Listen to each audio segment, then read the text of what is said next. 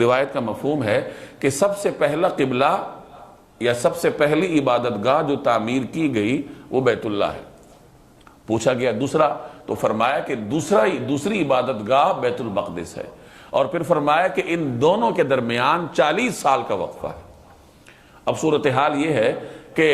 عام طور پر معروف ہے کہ بیت اللہ کی تعمیر حضرت ابراہیم علیہ السلام کے ہاتھ ہوئی،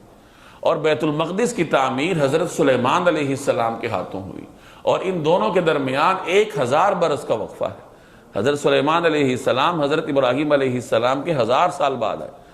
تو 40 سال کا وقفہ ہونے کا کیا مطلب ہے؟ تو اس کا جواب بعض علماء نے دیا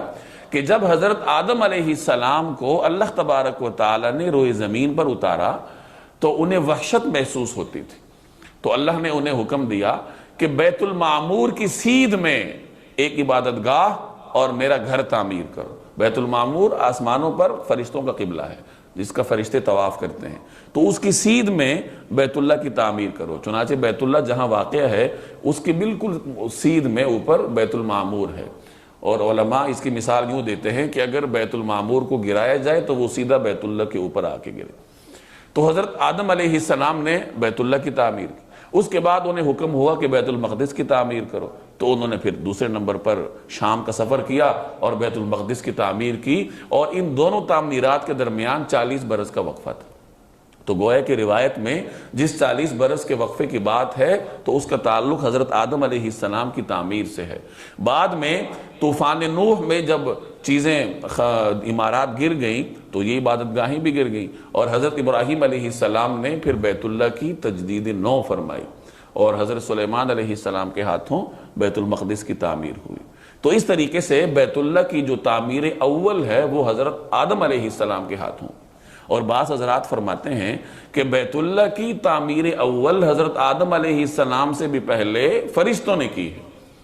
دوبارہ پھر آدم علیہ السلام نے کی، بعد میں مختلف عرصوں میں مختلف اقوام کے ہاتھوں یہ تعمیر ہوتی رہی۔ چنانچہ حضرت ابراہیم علیہ السلام کے بعد عمالقہ کے بارے میں آتا ہے کہ انہوں نے اس کی تعمیر کی، پھر ایک موقع پر بنو جرہم نے تعمیر کی، اور پھر اس کے بعد قریش نے بیت اللہ کی تعمیر کی جس میں جناب رسول اللہ صلی اللہ علیہ وسلم بھی شریک تھے۔ اس کے بعد عبداللہ بن زبیر رضی اللہ تعالی عنہ نے اس کی تعمیر کی، اس کے بعد حجاج بن یوسف نے بیت اللہ کی تعمیر کی، اور بعد میں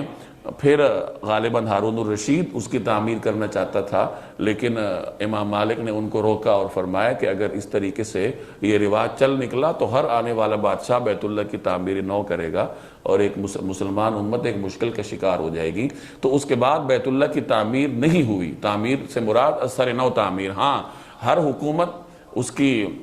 آرائش کرتی رہی ہے، مرمت کرتی رہی ہے۔ عثمانی خلیفہ سلطان مراد کے زمانے میں بیت اللہ کی تعمیر کو شدید نقصان پہنچا، اور انہوں نے جو مرمت کی وہ ایک اعتبار سے تعمیر نو ہی تھی۔ تو اس وقت جو بیت اللہ کی عمارت ہے اس کی بنیاد یا اس کی جو بنیادی تعمیر ہے وہ گویا سلطان مراد نے کی ہے، اور سعودی حکومت اس کی تزئین اور آرائش کرتے رہی ہے۔